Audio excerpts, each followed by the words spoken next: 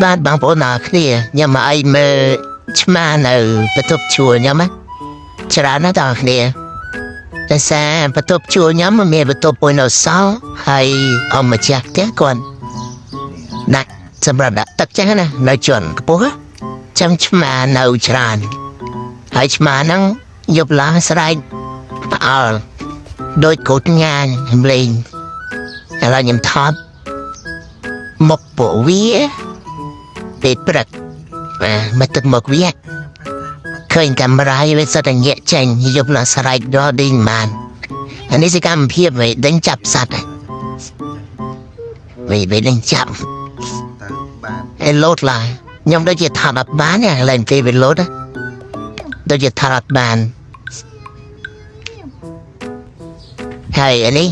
វីដេអូខ្ញុំថតឡើងមកលើផ្ទះដើរឡើងមកលើមកចូលបន្ទប់ផ្ទះជួលខ្ញុំចឹងឯងតែជួលខ្ញុំបន្ទប់30រៀលបន្ទប់30រៀលមានអីនៅបាននៅ5-6ឆ្នាំឯងនៅ5-6ឆ្នាំឯងតែខ្ញុំថតបានតែ5ហ្នឹងទេអត់មានថតឲ្យមើលទេព្រោះឲ្យចូលដល់បន្ទប់អូខេ